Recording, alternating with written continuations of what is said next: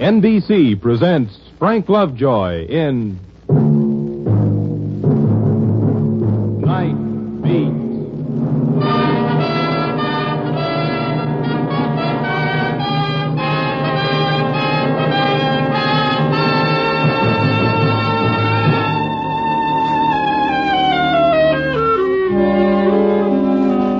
Hi, this is Randy Stone. I cover the night beat for the Chicago Star.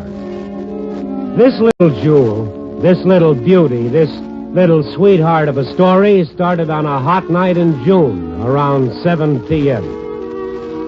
I was at my desk trying to convince myself that there was really a good reason to get up and roll down my sleeves, tie my shoelaces, and start walking those steaming sidewalks, so that my 400 words could end up next to the girdle ads and the shipping news, arrivals and departures, page 38.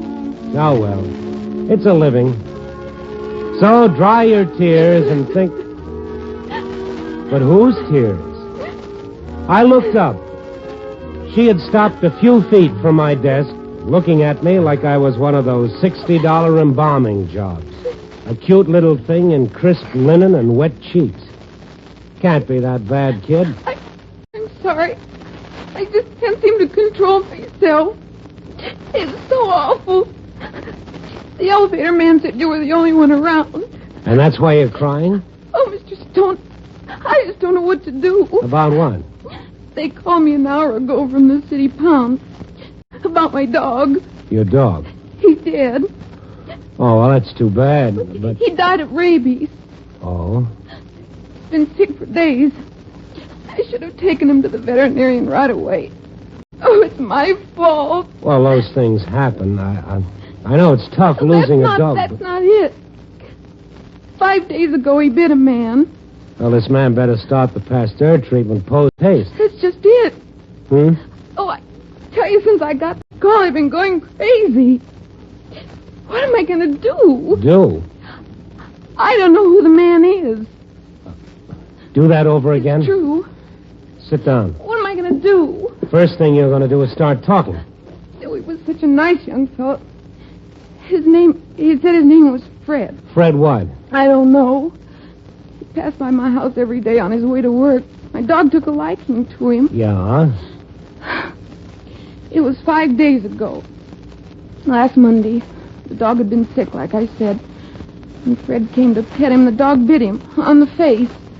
I went into the house to get some first aid stuff, but when I came out, Fred was gone. That's the last I saw of him. Yeah, it'll be the last you'd see of me, too. Now, just sit where you are. Get me one of the doctors over at the Board of Health. I'll hang on. What's your name, kiddo? Judy Hartley. I just feel terrible. Why, you relax now. Everything will be okay. Oh, hello. Say, this is Randy Stone of the Star. A fellow gets bit by a dog 5 days ago. The dog later dies of rabies. Face. Now, we don't know where he is right now. Yeah, I'm going to do what I can. I will. Thank you. What'd he say? He said the death rate from rabies is 100%. Oh. Now, just relax.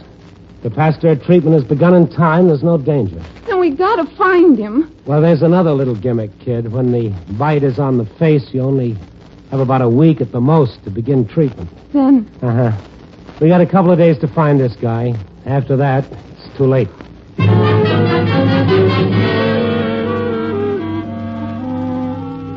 Well, that's how it began. 7:35, Thursday night, June 6th. The girl and I went right to police headquarters through streets choked with thousands of listless Chicagoans looking for a small breeze. When I told the lieutenant in charge what had happened, he turned as yellow as calcimine and put in a call for the captain. The captain had been called right in the middle of his son's wedding. When he came down to the station, he was wearing a white tuxedo, a red carnation, and a purple rage. Only after I told him what the score was, the carnation seemed to wilt in his lapel, and he looked a little like the calcimine, too. Rabies. Good Lord. Where do you live, young lady? 3201 Palmer Place. Oh, I feel so guilty about this. Anybody who has a dog that doesn't give it anti-rabies shot should feel guilty. I know. I'm sorry. Forgive me. Now, you say you walk past your place every day on the way to work. How do you know he was on his way to work? Well, he wore mechanic's overalls, and he carried a lunch pail. Undoubtedly works or lives in that neighborhood. Along with 100,000 other people. You're telling me. Radio room. Cross the fingers, Stone. Hello. I want every squad car in the Logan Square area alerted. I want 5 special squads to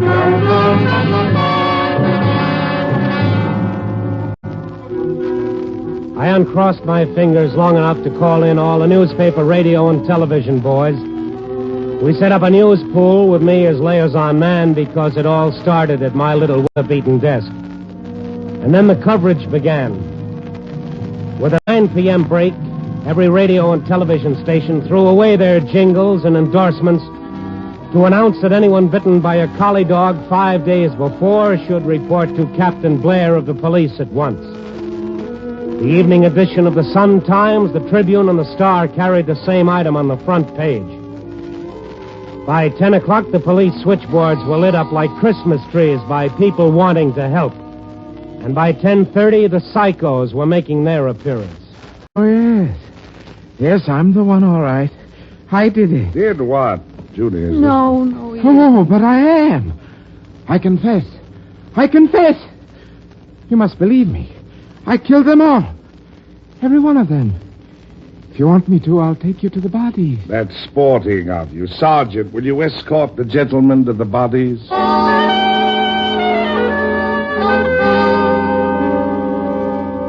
10 after 11, still nothing. Judy, the captain, and I sweating it out in his office, avoiding each other's eyes. The captain now with his white tuxedo coat hanging over a chair and his black tie dangling from one ear, and trying not to look at the clock. Judy chewing on her knuckles and me making one trip after another to the water cooler in the corner. And the minutes passed. And then the phone started ringing again like it had been ringing all night with one false alarm after another. Hello. Yeah. What? Where? Hey, what is it? Hey, Dirt. Good work, Harris. Be right over. They found him? No, but the next best thing, they found out where he lives. Come on.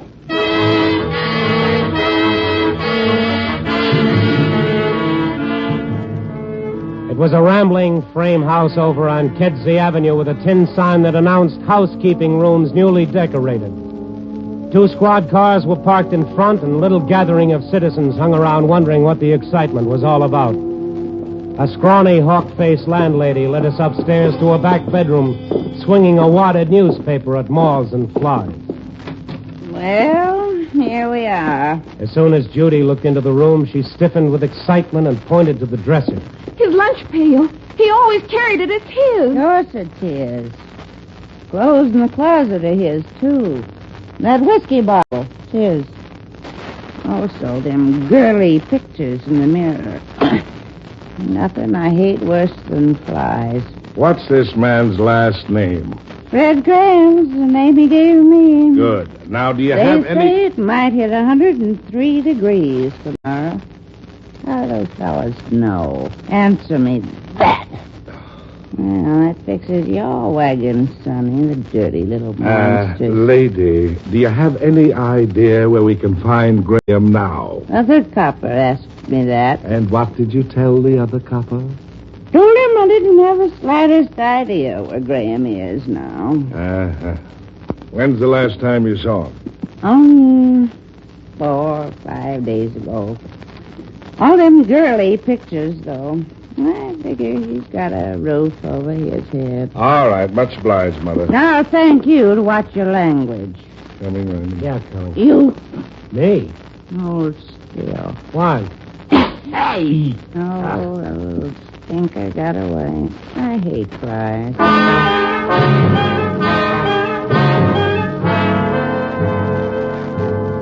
So, at a few minutes before midnight, we had his name, Fred Graham.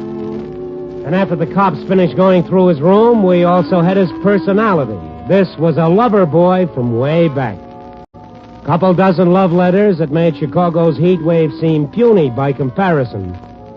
A large handful of girly pictures, each thoughtfully inscribed. Hair pomades and toilet waters galore, and 2 tins of Sen-Sen. Also some paycheck stubs from the A1 Auto Repair Service. Also a postcard from his mom in Cheyenne, Wyoming, hoping he was being a good boy. Good. This guy must have been terrific. By 1:30 a.m., every girl who'd sent a letter had been contacted. No Freddie. The owner of the garage hadn't seen him for 5 days. All his poor ma in Wyoming could offer were her tears. The one break were the snapshots. He appeared on a few of them, and his likeness was blown up full size and handed around. 2 television stations returned to the air to transmit the picture for a solid hour. And the 2 a.m. edition of all the papers tore out every story of disaster and war and hate and carried nothing on the front page but the smiling face of Fred Graham. The radio boys brought a wire recorder to the captain's office, and he transcribed a message. This is Police Captain Blair. I am broadcasting this urgent message to Fred Graham. The dog that bit you 5 days ago has died of rabies. You must have treatment at once, or you are doomed. Report to the police or to any doctor in Chicago immediately. And for the rest of that night, the message was broadcast every 15 minutes on all the stations that remained in operation. But still nothing happened. And then around 4 a.m., the captain rolled up his sleeves, picked up the phone, and really went to work. I'm sorry I had to get all you good people up, but we need all the help we can, and we need it fast. I want to bring all you people up. The Red Cross people were there, the FBI, the civil defense people, representatives from the mayor, the Board of Health, scout organizations, the Salvation Army. A sweltering room full of people. I spotted Judy in the back of the room looking very pale and drawn. I sat next to her, and she sagged against me. The Board of Health doctor tells me that already it might be too late for us to help Fred Graham. And that certainly that every hour that passes reduces our chances of reaching him in time. Therefore, I've decided to call the entire city into the hunt. Must find him, the whole city. Judy.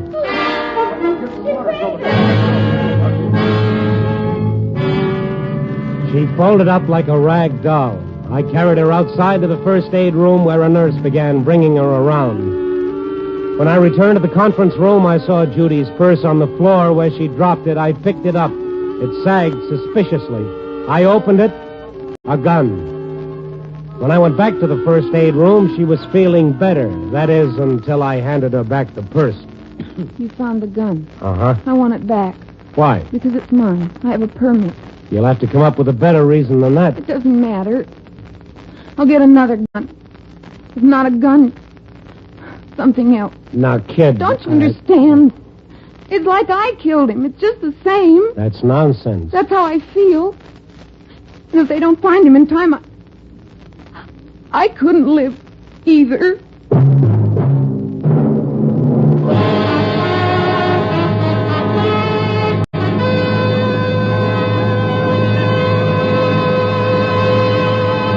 NBC is bringing you Night Beat, starring Frank Lovejoy as Randy Stone. It's the Silver Jubilee on NBC.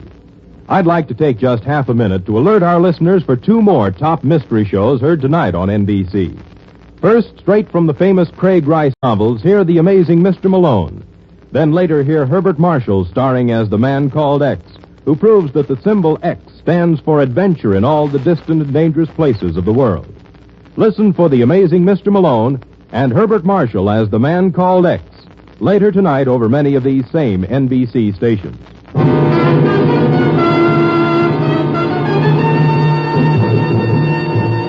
And now back to Night Beat and Randy Stone. It had started out as just another hot Chicago night, and now it had disintegrated into a first-class nightmare. An entire city trying to find Fred Graham, who'd been bitten by a rabid dog and who would surely die if he weren't located very soon. Blair, I am broadcasting this urgent message to Fred Graham, the dog that bit you 5 days ago. And all through the long hours of the night, the disc jockeys interrupted Old Soldiers Never Die and Abba Dabba Dabba to play the captain's recorded message. And all that morning on the Wake Up and Shine shows. And the television stations and the newspapers playing up the photograph of Fred Graham. But nothing happened. Around 6 a.m., I sent Judy home with a nurse and told the nurse to watch her every minute. And after that, I just hung around the hallway of the Central Police Station, watching the ruby red sun start a new sizzling day. The last day we'd have to find Graham in time. The captain called me in around 9. A white tuxedo looking like something left over from war surplus. All right. So you might say he left town without picking up his clothes or his paycheck, and for no reason, mind you. We've checked on that. He's not wanted for a thing. No creditors or police record, nothing like that. But for the sake of argument, okay, he left town. Now look at these newspapers. Detroit News, New York Post, Miami Herald, San Francisco Chronicle. Front-page story in every newspaper in the country. And still nothing happens. Where is he, Randy? Where is he? That's a good question. Come up with a good answer. I'll fix every traffic ticket you get for life. I'm going batty. Or maybe you need a couple of minutes sleep, huh? Sleep. Every time I close my eyes, I hear that Board of Health doctor lecturing us about the way a man dies with rabies. That's not why I called you in, Randy. You're the boy handling the press pool for all the papers. Okay, here's the latest plan of action. We're dividing the city into 8 sections. Well, the scouts are going to supply us with 2,000 boys to cover the suburbs around Evanston. The Civil Defense is supplying 10,000 volunteers to handle the north side. The Red Cross is digging up another 5,000. And Captain Blair, Yes. what are you making it so hard for a taxpayer to see you for? For an hour now, I've been trying to get in here. I've been pretty busy. What can I do for you? Robinson's the name. Joe Robinson. It's all over. Ended. Call off the cops. Everybody relax. Fred Graham's found. What? What are you talking about? Where is he? And those bums outside gave me trouble. Wouldn't let me through. Look, taxpayer Robinson, just tell us where he is. How should I know? How should I know? I mean, not right away. Give me an hour or two. But as soon as I hightail it to the airport and get my little Piper Cub up there in the wild blue yonder... The wild blue yonder? Don't you get it? I'm a skywriter. All day long, I float around writing, Soda Seltzer is the tops. Hour after hour, Soda Seltzer is the tops. You know how many people look up and see that? Only everybody. Okay, so today I tell Soda Seltzer to keep their $20 an hour, and I write, Fred Graham, where are you? With a question mark? Sure, with a question mark. You know how many guys in my racket can make a perfect question mark? Mighty few.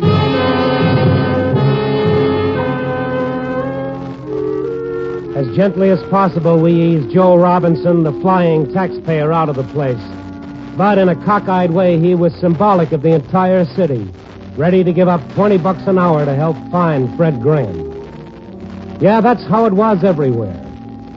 That morning in every church, a prayer was said for Fred Graham at early Mass. Around every newsstand, a solemn little crowd gathered, shaking their heads and taking it as a personal tragedy. Around the radio shops... This is Police Captain Blair. I am broadcasting this urgent message to Fred Graham. Tens of thousands searching through the city. Even the winos on Skid Row had been organized to search through the flop houses and basements of their area. Since midnight, not a single police officer had gone off duty. But still, Graham was nowhere to be found. Why? Where was it? In a few hours, it really wouldn't matter.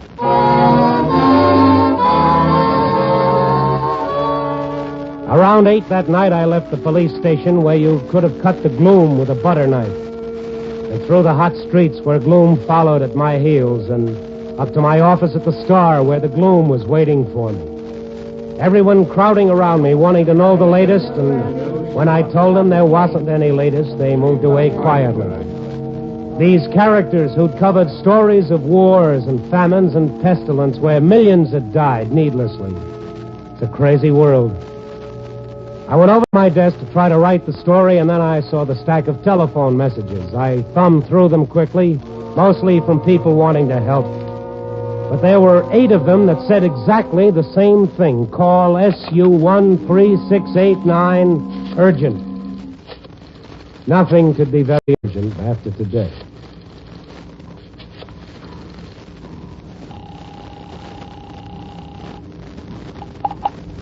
Hello?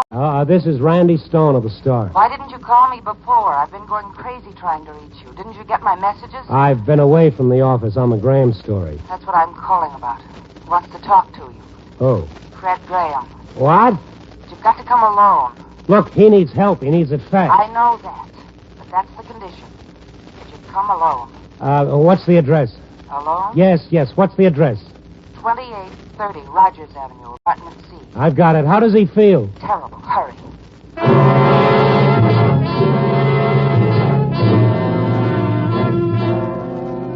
I was in the cab on my way over there when I remembered a beat-up little dame who'd wanted to kill herself, namely Judy Hartley. We had to pass within 3 blocks of her house anyhow, and I figured the extra minute wouldn't make that much difference. I told the cabbie to keep the motor running and rang Judy's bell. Nurse opened the door. I went right past her to where Judy was curled up on the couch, still gnawing on whatever was left of her knuckles. I took her gun out of my pocket and handed it to her. I don't understand. Well, you said you had a permit for it, so I guess But it's okay. Besides, you won't have to blow your brains out after all. You don't mean it. Yes, I do mean it. Come on.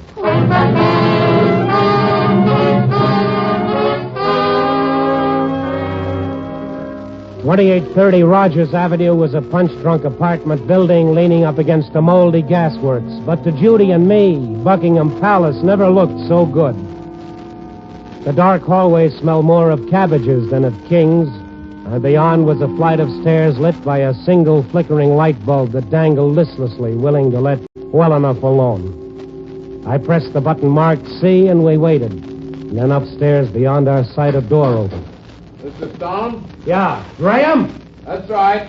Come on upstairs. We hurried up the steps. It seemed to me like 4 million Chicagoans were running up right with us, gasping down my neck.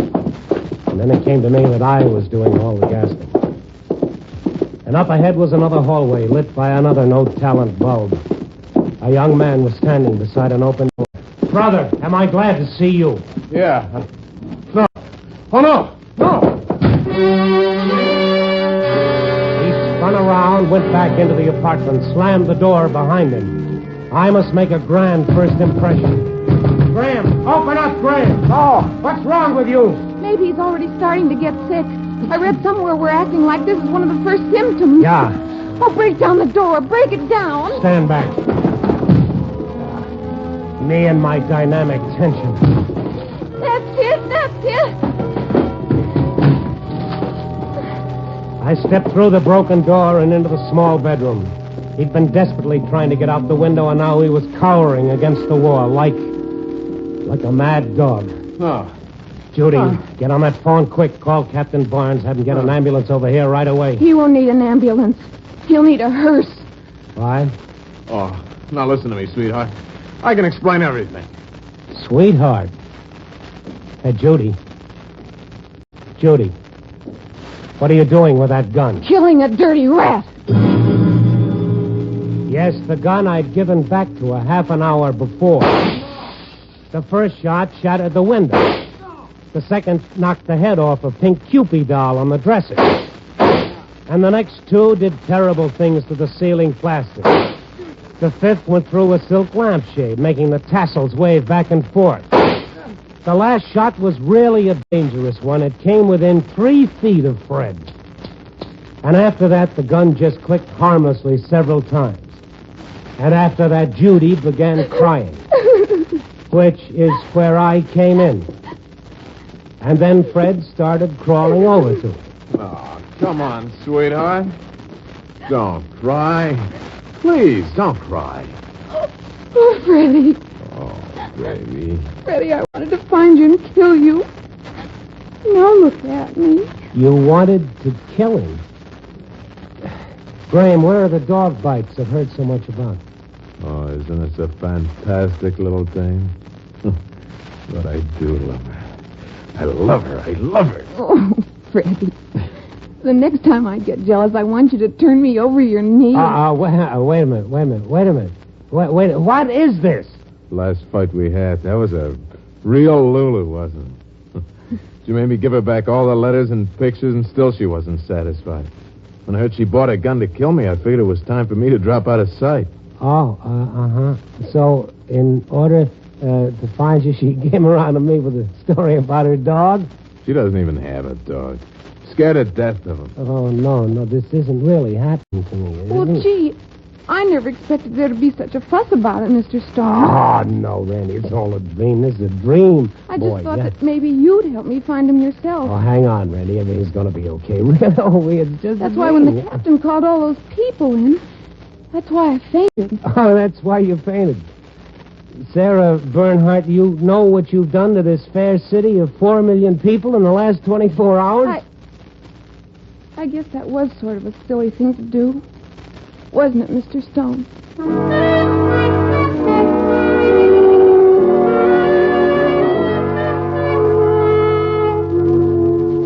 Well, since there were no more bullets in the gun, I couldn't kill her. Or myself for not checking with the dog pound. But who could doubt a story like that? Tommy, I took a walk through the city where 10,000 Boy Scouts and 8,000 Red Cross workers, the entire civil defense setup, were searching for Fred Graham door to door. The television people, the newspaper people, the radio people. This is Police Captain Blair. I am broadcasting this urgent message to Fred Graham. Shut up!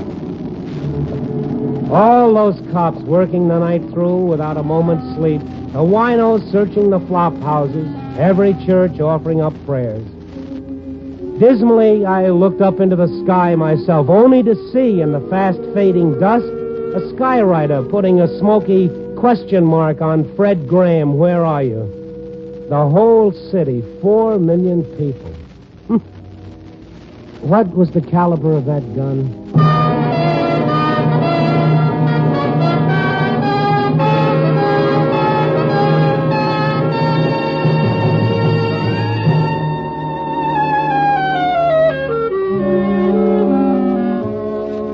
And then, gradually, I began to realize that maybe all this wasn't such a tragedy after all.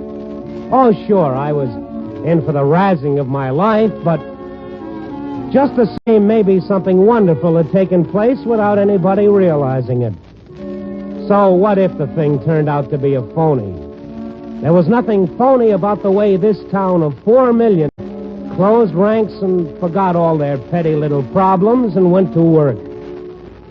If this was a sample of what would happen if a real test came, well, things were pretty good. When 4 million people can tear themselves apart trying to save the life of one simple guy without caring how much money he had in the bank or whether he was for Truman or MacArthur or what church he went to, when all they cared about was that one human being was in trouble. Well, by golly, the race of man wasn't so bankrupt after all. Copy, boy. No. Wait a minute, no. You better get me Captain Blair. I just hope he's had his rabies shot. Oh, well.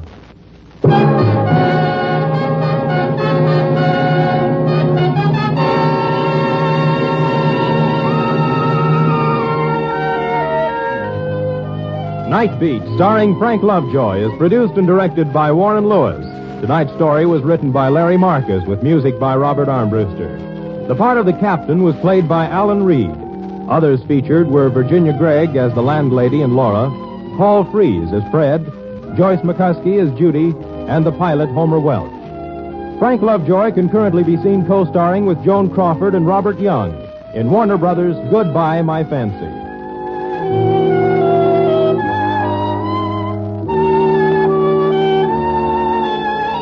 Listen next week at this time and every week as Randy Stone searches through the city for the strange stories waiting for him in the darkness.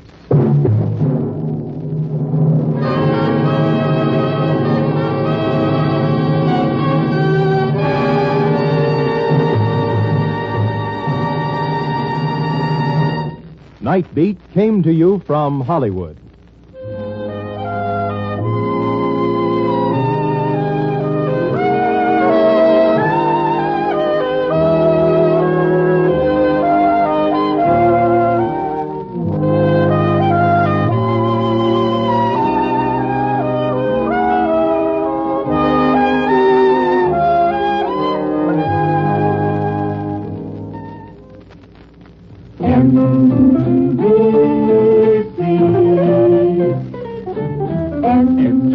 very best in radio. Be sure that you dial and write. Seems like the very best in radio. Morning, noon, and night is from this station. Morning, noon, and night, NBC. Hear the amazing Mr. Malone tonight on NBC.